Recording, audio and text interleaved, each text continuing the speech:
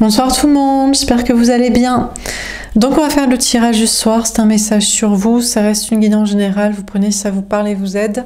Vous pouvez aussi prendre une guidance privée sur l'oracle.fr si vous le souhaitez. C'est parti et on fera un tirage pour les prochaines 48 heures. Donc pour vous, qu'est-ce qu'on vous dit? Dans quelles énergies vous êtes? Que va-t-il se passer? Abandonné. D'accord. Vous vous sentez abandonné de l'autre. Vous avez peur qu'il ne revienne jamais. Vous avez peur d'être abandonné par l'autre. On a forte. Non, en même temps, vous avez assez de force, assez de courage pour surmonter son abandon. Sûrement qu'il vous a déjà abandonné. Donc, maintenant, vous savez survivre sans lui, sans elle. Et puis, vous êtes prêt à surmonter les défis pour faire ce que vous avez à faire. Peut-être pour ne pas être abandonné de l'autre aussi, pour qu'il ne vous quitte pas. On a guidé. Mais écoutez, on vous parle d'avoir la foi et d'être guidé par la source pour que... pallier à l'abandon de l'autre, pour faire en sorte que ça n'arrive pas. Et on a attaché. Bon, en tout cas, vous êtes quand même très attaché à l'autre, très lié à l'autre. Vous aimeriez pouvoir vous détacher parce que vous avez l'impression que vous êtes à moitié dans une blessure d'abandon, dans un attachement, dans un besoin, et en même temps dans des efforts, dans de la foi. Vous n'aimez pas trop être attaché à l'autre et dépendant de l'autre. Bon. Et être peut-être lié pour toujours là dans une relation. Alors, qu'est-ce qu'on vous dit d'autre?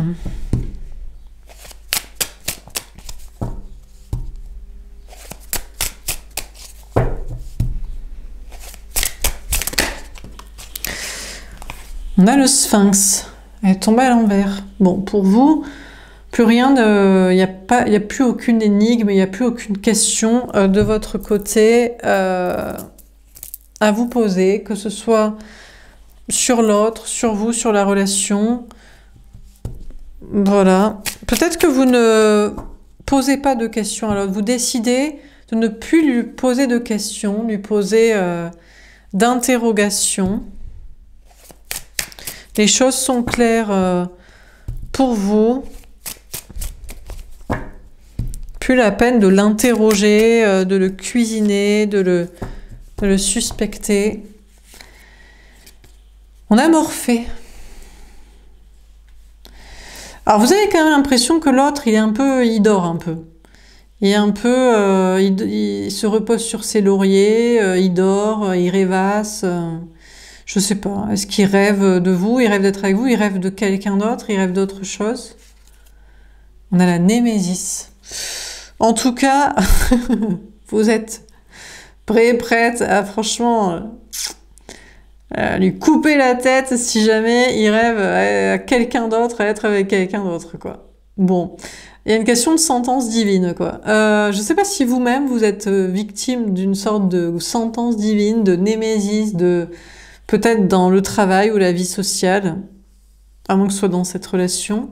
On a Hermaphrodite. Bon, de votre côté, vous savez que vous êtes très équilibré dans vos énergies masculines et féminines. Peut-être que vous savez que l'autre l'est et que c'est pour ça que vous êtes fait pour être ensemble. Vous êtes parfaitement masculin, féminin, tous les deux. En tout cas, vous savez être, vous, parfaitement masculin, féminin et équilibré. On a Cupidon. C'est marrant, c'est comme si vous repoussiez l'autre. L'autre dort, l'autre ne fait rien, l'autre rêve. Peut-être vous avez l'impression qu'il rêve à être avec quelqu'un d'autre qu'à être avec vous. Et c'est pour ça que vous le repoussez.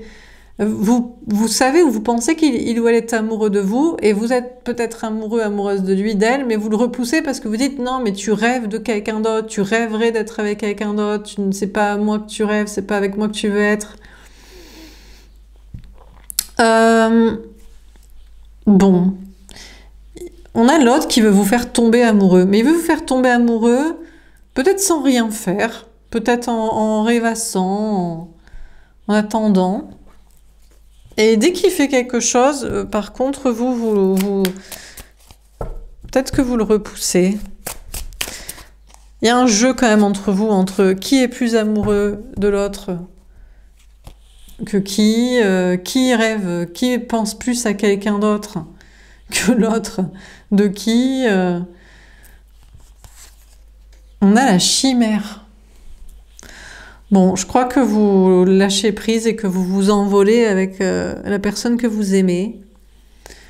Il y a une question de... En tout cas, vous rêveriez d'être avec la personne à laquelle vous pensez, et vous rêveriez que cette personne rêve d'être de vous et d'être avec vous, et que soit amoureux de vous, et ce ne soit que du jeu, de faire style, ou que vous pensiez qu'il pense à quelqu'un d'autre.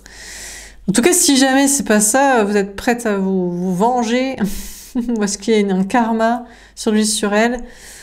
Il y a une question quand même de rêver à ce que ce soit la bonne personne pour vous, hein, parce que vous êtes chacun, en tout cas vous savez être féminin, masculin, peut-être l'autre aussi, et très joueurs l'un et l'autre, et très dans le rêve, dans l'onirique, dans le spirituel, les mythes, des légendes. Mais vous dites peut-être que c'est impossible que vous vivez, ou de le vivre, ou que ça pourrait bien se passer.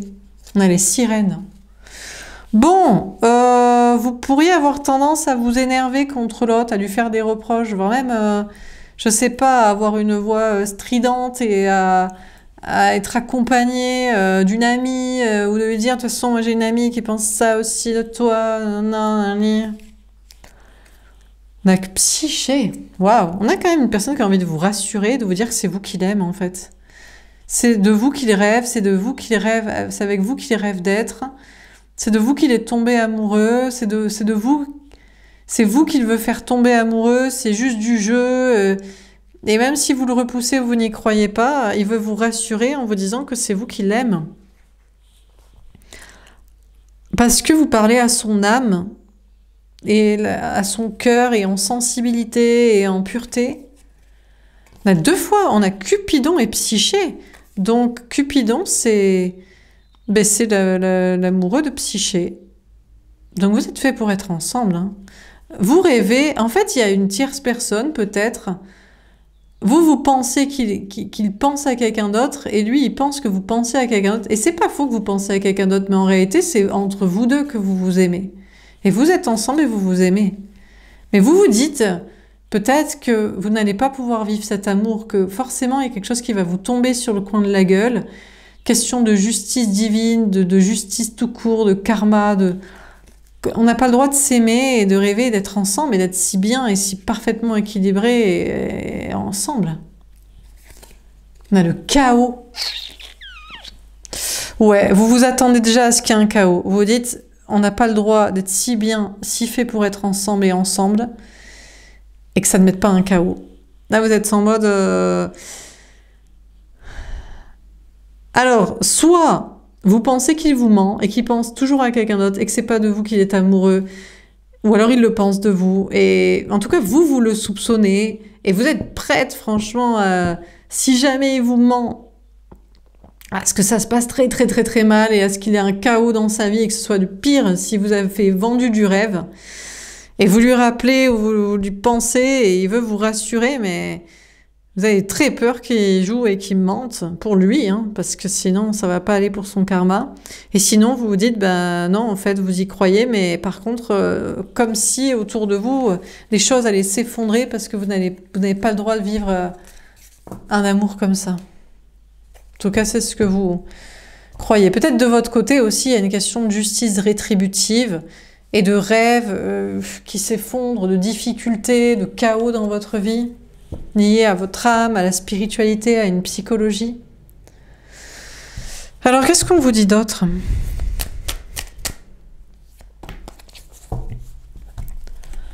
À l'église. Bon, en attendant, vous êtes en sécurité. Le chaos sera plus tard, si l'autre vous ment, son karma, ou dans votre vie, à l'un à l'autre, à tous les deux, si on n'a pas le droit de vivre un amour comme ça. Pour l'instant, vous êtes bien. Peut-être que vous estimez d'ailleurs que vous prenez soin de cette personne comme si c'était un enfant. C'est comme si c'était un enfant symbolique, parce que votre enfant intérieur résonne tellement avec le sien. On parle, peut-être vous allez à l'église, pourquoi pas. Il y a une question de lieu de vie, mais aussi de lieu de culte ou de lieu de foi, ou de lieu de rassemblement spirituel. On a l'Assomption. On vous parle d'une grande évolution spirituelle chez vous et d'une dévotion, d'une sensibilité, d'une spiritualité, d'une douceur. On a la prière. Peut-être que vous allez aller à l'église, je ne sais pas si c'est ensemble ou de vous, pour un éveil spirituel, pour une foi en fait. Vous voulez protéger cet amour, vous voulez protéger cette personne, vous voulez protéger cet amour, vous voulez vous protéger vous-même, vous voulez vous protéger du chaos qu'il va se passer, que vous redoutez. On a le jardin d'Éden. En attendant, bon, tout va bien. Vous êtes au paradis, c'est pas encore le chaos, ce sera peut-être même pas le chaos. Pour l'instant, vous êtes bien dans un lieu de vie, avec cette personne ou seul, dans un lieu de culte, avec un entourage, dans la nature. Pour l'instant, vous êtes bien et vous vivez une sorte de paradis avec cette personne ou de paradis tout seul, en foi. Il y a une question de peut-être d'enfant aussi.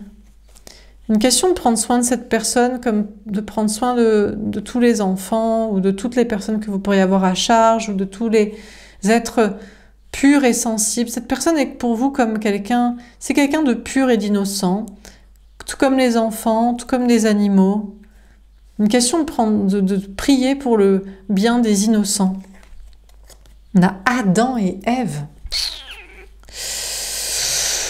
Bon, ben là, vous êtes avec la personne qui vous est vraiment destinée et qui a la même pureté d'âme que vous, de protection des innocents. Hein. Des enfants, des animaux, des personnes gentilles, des personnes qui ont la foi. Vous êtes avec la personne qui vous est vraiment destinée. On a Jean le Baptiste. C'est comme ça qu'il se présente, c'est comme ça qu'il est, c'est comme ça qu'il arrive, c'est comme ça qu'il revient dans votre vie, c'est comme ça qu'il est là, c'est comme ça qu'il fait une nouvelle apparition, un nouveau départ. Vous priez pour qu'il soit là et là, ou vous priez pour qu'il soit aussi pur que ce que vous souhaitez, et il est aussi pur que ce que vous souhaitez. On a l'épiphanie. Bon là, il y a vraiment une notion chez vous de prise de conscience que vous êtes avec une personne pure, hein, innocente.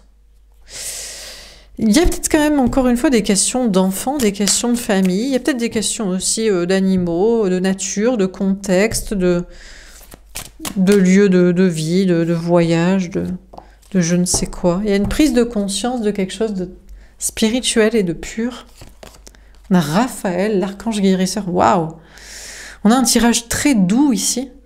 On a vos anges gardiens et surtout l'archange Raphaël qui veut guérir votre cœur, qui s'inquiétait de ce chaos-là, de ce karma si l'autre vous a menti, vous ment, si ce chaos pour lui ou du chaos sur votre relation, parce que vous pensez que c'est pas possible de vivre un amour comme ça.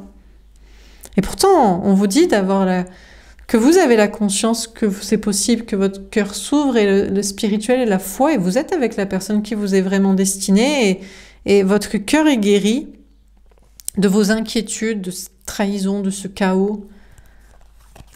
On a Michael. Bon, là, il y a vraiment une prise de conscience que vos anges gardiens sont à vos côtés, hein, vraiment, pour vous protéger et pour protéger cette relation, que vos prières ont été entendues pour vivre un amour pur avec une personne pure, qu'il est pur et qu'il se présente comme tel et qu'il sera protégé, qu'on le protégera des démons, des personnes négatives, des toxiques, des hostiles, et qu'on vous protégera aussi et qu'on protégera cette relation. Peut-être un enfant aussi. On a la Vierge. Bon là, on a vraiment quelque chose de pur, quoi. Vous avez vraiment l'impression de prendre soin comme d'un enfant qui est pur et qui est innocent et un nouveau départ amoureux. Après, il y a peut-être aussi une question de parentalité et d'enfant, mais bon, tous les protagonistes dans la relation, s'ils ont le cœur pur, seront protégés. On a l'Apocalypse. Vous vous inquiétez quand même, encore une fois, d'un bouleversement, d'un chaos. Soit sur une famille, un conjoint, ex-conjoint, là, parents des enfants, soit sur un enfant, soit sur cette personne, soit sur vous, soit autour de vous. On a la prédication. Je ne sais pas s'il y aura un bouleversement, un chaos, un problème, mais ce qui est sûr, c'est que cette personne prêchera la bonne parole. Vous êtes dans une sorte de paradis avec la personne qui vous est destinée, dans un amour pur, avec quelqu'un qui a le cœur pur et qui commence, est en chemin pour... on vous dit que Jean le Baptiste est le prophète qui annonce le Messie. Donc, il est avant-coureur d'être lui-même porteur d'une bonne parole. Ok. De votre côté, on vous parle de prier pour vos projets, d'avoir l'ouverture du cœur et de l'âme pour être avec la bonne personne d'amour, mais aussi les bons collaborateurs en travail et amitié, de vous montrer vous-même comme quelqu'un de pur et de protégé. Vous êtes extrêmement protégé. Et je pense que les personnes qui travaillent ou sont amies avec vous en ont conscience. Il y a une question de prêcher la bonne parole.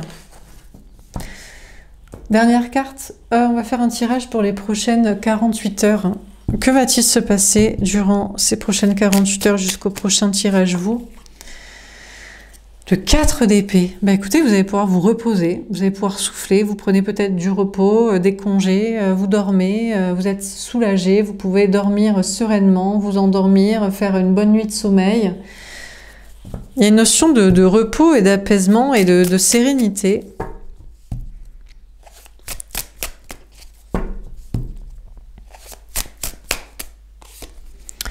On a le 8 d'épée. Alors vous vous sentez enfermé dans une situation, mais c'est qu'une prison mentale. De vous sentir enfermé dans un lieu de vie, dans une relation, dans un projet, dans une idée, dans une mission, un destin, un chemin. C'est peut-être l'autre qui est enfermé. Vous, vous êtes reposé, détendu, et l'autre est enfermé dans une situation. Pour vous, il est comme une licorne, un animal fabuleux, incroyable et étrange, et unique et impossible à exister. Et il est enfermé dans une situation, mais c'est pas vrai, qu'en fait, c'est que des peurs qui font qu'il croit qu'il est enfermé. On a le valet de denier. Ah! Il pourrait quand même perdre de son innocence, parce que la prison, pour lui semble pas mentale et irréelle, mais réelle et compliquée. Et donc, il pourrait perdre en innocence, certainement parce qu'il va peut-être, je sais pas, se venger, s'inquiéter, être anxiogène, être anxieux. Il y a une difficulté de votre côté à prendre un nouveau départ dans le travail, dans vos projets. Et à être aussi innocent, peut-être, et pur ou honnête, à la justice. Bon, en attendant, vous êtes détendu et vous êtes équilibré dans vos énergies masculines et féminines. Et puis, vous faites confiance à la justice divine, la justice des hommes, l'administratif, ce qui est juste, l'équilibre. On vous parle aussi de relations flammes jumelles. Vous êtes détendu et vous savez que vous êtes avec votre flamme jumelle, un lien d'âme, équilibré dans ses énergies comme vous l'êtes. On a le fou. Mais écoutez, vous allez prendre un nouveau départ en toute légèreté. Vous allez arrêter de vous inquiéter pour une prison qui n'est que mentale. Il y a une question de prendre un nouveau départ en toute légèreté. On a la mort, la transformation. Il va y avoir une grande transformation. Peut-être que l'autre pourrait être tenté de retomber dans l'anxiété et de ne plus être dans l'innocence. Mais en fait, il y a une grande transformation chez l'autre, c'est qu'il accepte, entre guillemets, de mourir, c'est-à-dire de prendre des risques, d'avoir des problèmes et de se libérer de chaînes pour être avec vous et pour que ça se passe bien. On a le 2 de denier. On vous parle d'être fait pour être ensemble et de plus pencher la balance qui penche plus vers le féminin. En toute sérénité, vous êtes équilibrés chacun dans le masculin et le féminin, en tout cas vous l'êtes, mais vous décidez de pencher un peu plus dans le féminin et vous entraînez l'autre avec vous, ou vous gardez l'autre avec vous, ou il est avec vous dans ces énergies de plus d'énergie féminine, plus de sensibilité, spiritualité, honnêteté, communication, amour, tendresse, etc. et foi. De votre côté, Vous allez quand même conserver un équilibre au niveau travail, matériel, argent. Vous entraînez l'autre dans quelque chose de plus féminin et sensible et spirituel, tout en conservant votre équilibre matériel et social. Peut-être c'est vous qui devez garder pied pour éviter que l'autre perde pied. Il y a des questions de choix aussi, travail, matériel, argent ou social, avec qui être ami ou pas. Vous vous débarrassez, disons que vous faites peut-être un tri social ou professionnel avec des gens qui n'étaient pas forcément impurs ou toxiques ou malsains, mais pour être sûr de trier, pour être avec des personnes totalement saines et pures et plus dans le féminin que le masculin. Plus dans le spirituel, la foi, l'honnêteté, la tendresse, la douceur et l'amour que l'ego, la sécurité, le biologique et le cartésien. On a le 5 de bâton. Ah, vous pourriez retomber dans des conflits parce que justement vous faites un tri professionnel ou social, vous privilégiez la pureté, l'amour, la spiritualité.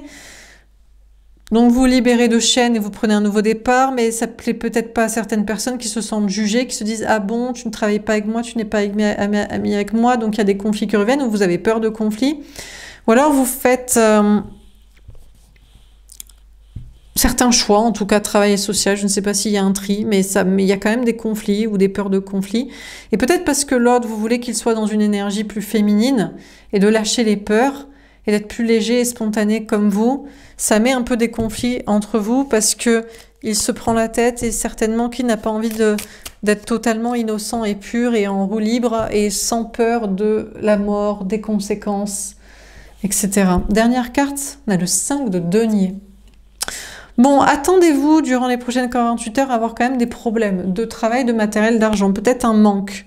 Un manque, travail, matériel, argent ou une peur du manque. Vous faites des choix pour conserver un équilibre, mais il y a des prises de tête avec des gens ou au sujet du matériel et il y a effectivement une perte possible. Peut-être que vous la octroyez, vous l'acceptez. Et on a la personne en face de vous qui n'est pas totalement dans une innocence parce que même s'il accepte son sort ou les risques et d'être avec vous, peut-être à la vie, à la mort, mine de rien, il n'aime pas la misère, il ne veut pas vivre dans le manque, ou il a peur de perdre des choses, des gens. Peut-être a-t-il aussi peur d'être rejeté, abandonné de vous aussi, il n'a pas totalement confiance en vous, qui le mettez dans une énergie plus féminine, plus de foi et de lâcher prise. Donc, vous êtes équilibré dans vos énergies, mais vous basculez plus dans le féminin, vous prenez un nouveau départ, il y a une grande transformation. De votre côté, je pense que ça induit des manques matériels et des conflits avec des personnes qui ne sont pas dans des énergies aussi hautes, j'ai envie de dire, et spirituelles que vous. Et puis vous faites pencher l'autre aussi dans plus de féminin pour vivre liberté et amour et lâcher prise. Et pour lui, du coup, ça veut dire que c'est à la vie, à la mort avec vous, parce que vous le mettez en insécurité. Et il faut qu'il accepte de perdre des choses des gens, et je pense que ça l'effraie. Voilà pour ce tirage. J'espère que ça vous aura parlé, que ça vous aura aidé. N'hésitez pas à me faire un petit retour. Je vous souhaite une belle soirée, et je vous dis à demain. Au revoir.